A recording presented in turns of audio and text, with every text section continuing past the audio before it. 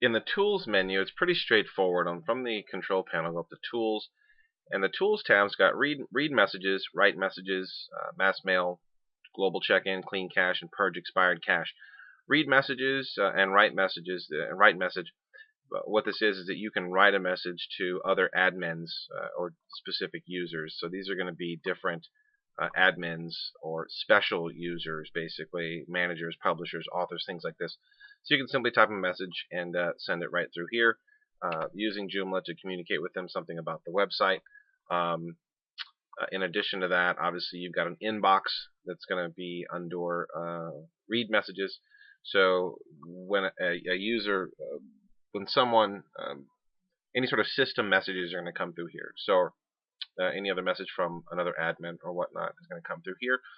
The mass mail is a pretty powerful tool that you can use to send HTML emails to all of your registered users on your site. You'll notice there's a parameters tab, so when we click on parameters, there's a couple things we can change here. We can give it a subject prefix. This obviously gets added in front of each mail subject automatically, and then any sort of signature that we want to put in here, this gets added after the mail text. We can add those in if we wanted to.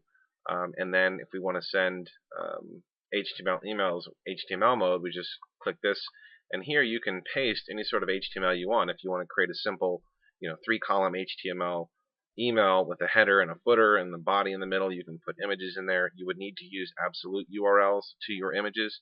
So if you're inserting an image, it would look like this, basically.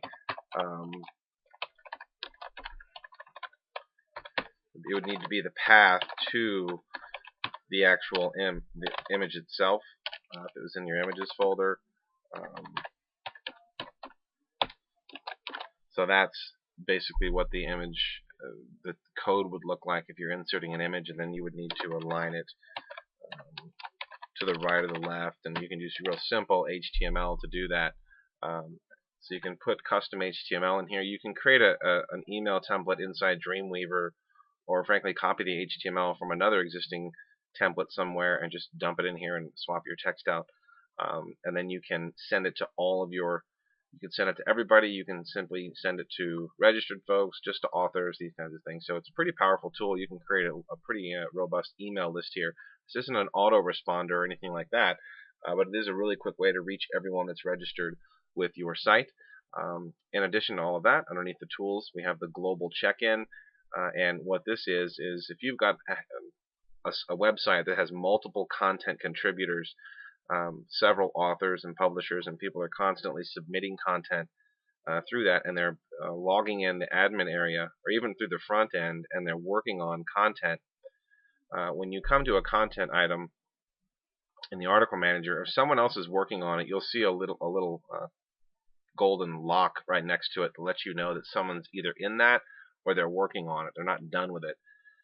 So if you come in and someone has forgotten to do something with a specific item and they are in fact done with it, as the super administrator, you can come up to tools, go to global check-in, and it will automatically, when you click that, it's going to check in items. You'll notice on the previous screen that we had a green check next to, I don't know, maybe it was one of the plugins. So it lets you know that, okay, there was a couple of things that were checked in that were in fact checked out that are now available to edit and whatnot. So pretty straightforward.